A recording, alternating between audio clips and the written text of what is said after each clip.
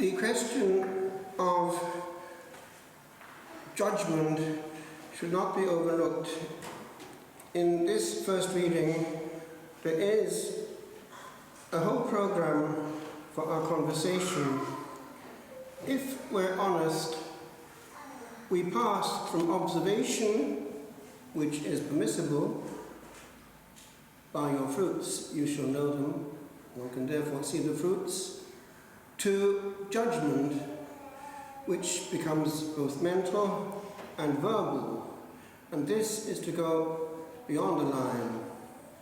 And there are reasons for it. It is the Lord who judges me, says the Apostle, and that gives him a certain peace before other people's judgment of himself. We will all stand before the tribunal of that great judge. It doesn't really matter what people think of us, especially if what they think of us is so important that we lose our peace of mind and insist on our glory here on earth. Remember that before reacting, because it shows you're operating on the level of the person talking to you. Who cares? It's enough that God sees me. He is my judge.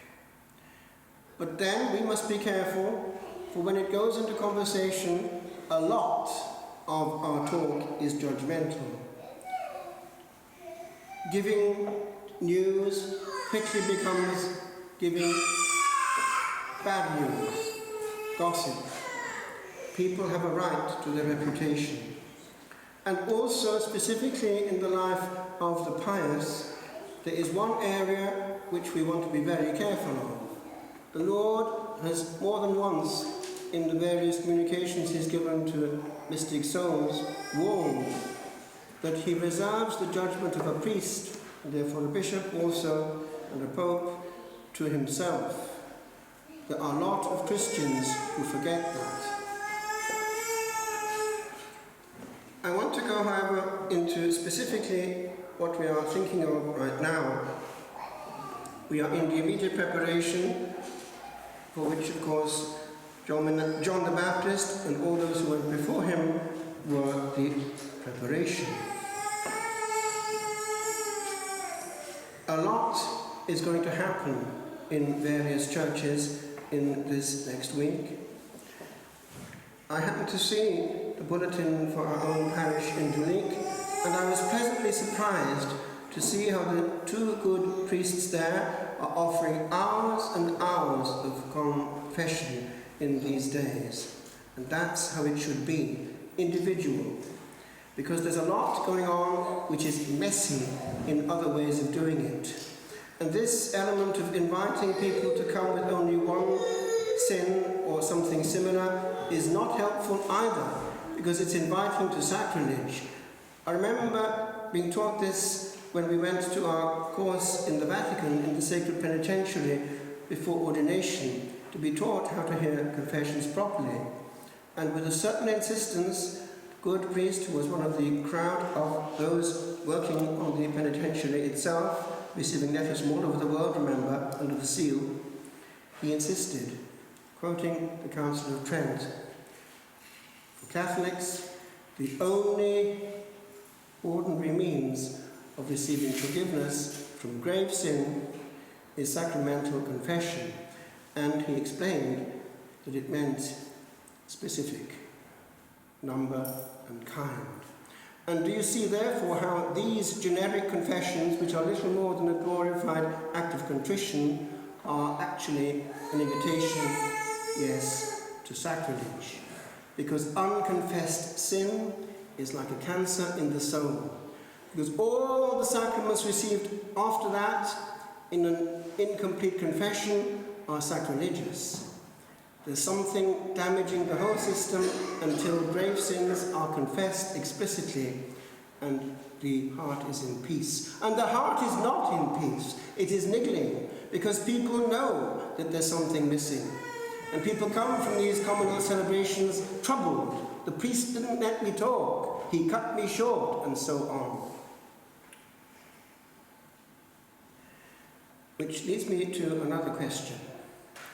It's the soul in the state of grace, and therefore of deep peace that is able to be worked upon by the Lord. Specifically, our faith is based on a great central mystery which separates us from anything else, any other faith on earth, the Incarnation, and therefore all that is linked with it, the whole doctrine of Christ, his person, his nature, and the Blessed Trinity itself. It has come out in exorcism that the devil was using every means within his power to obvert the spread of the true faith and everything that went with it. And he found collaborators all over the place who were not aware that they were working for the wrong side. That could mean people who were working for a faith, but were working in good conscience probably, but for a faith which was there by demonic invention, so was precisely to counterbalance the grace of the Incarnation. This was picked up in the Middle Ages by the Crusaders in a specific way. You will remember how St. Francis had a great devotion to the sacred humanity. Our cribs come from that period. If one goes to Italy, one finds the most ingenious, living, acting, moving cribs that human ingenuity is capable of. Sometimes they're very old and they work on simple water, and they have done from when they were made centuries ago. Every village seems to be proud of it, but it all comes essentially from this period. And it's linked also with what was going to happen, precisely the destruction of anything linked with the Incarnation. And when the order came to destroy the Holy Sepulchre, that was the final straw. And our own fathers, like St. Bernard of Clairvaux, were involved in trying to not destroy anything else, but actually to combat it with the only weapon that they knew. Because Christians were seen to be an easy target, and so anything pertaining to Christianity could easily be destroyed. And so, at a certain point, Christianity stood up and said, "Thus far and no further." And when the Crusaders went over to try and protect what was most dear to them, they found precisely what? A whole culture based on the denial of it. It's actually quite impressive. If you've ever been to one of these countries, you'll be woken in the earliest hours of the morning by crying to prayer, which is a lesson to us who sleep and doze happily. You will also find severe fasting, a lesson to us in our Lent. And you will find certain elements of good morality on certain points, like modesty. But you'll always find a denial of the Incarnation. So what happened? The Angelus came in. The Angelus, which is rung 3 times a day classically in Catholic lands, and is precisely a counterbalance to the denial of the Incarnation. And we have it at every Mass in the Old Rite. We kneel at the words, "Et verbum caro factum est." And we also do so in the 3rd part of the Angelus. It's still run actually on RTE, a little vestige of where we've come from as a Catholic land. Now I want to dwell for a second on this. We are, at that point, tabernacles. We have the real presence in us, and our behavior must be accordingly interiorized and respectful. In the Angelus, we have also what is leading to the Incarnation. I mentioned before how the devil in exorcism had been trying his best to destroy where it took place, the Holy House. He hadn't succeeded, the angels had intervened. And in there, the devil had been admitting under pressure that his brother Gabriel had been here. And actually that he was there at that point also in the exorcism taking place. He admitted that it was the most holy place on earth, that every brick was full of prayer. It was far more holy than the Vatican itself because of what had happened in there. But what happened in there? Heaven and earth met, all waiting for one syllable. And you know, the devil at one point had to stop, and he said, "You say it," to the priest. He couldn't say the word. That word was the word that all heaven and earth, all history was waiting for. All the cosmos was in pause for one word. It was the verb that would reverse his own non serviam, I will not serve, when he was foreshown the incarnation and also a woman, and would not serve a category of being inferior to himself. I will not serve, I will not obey.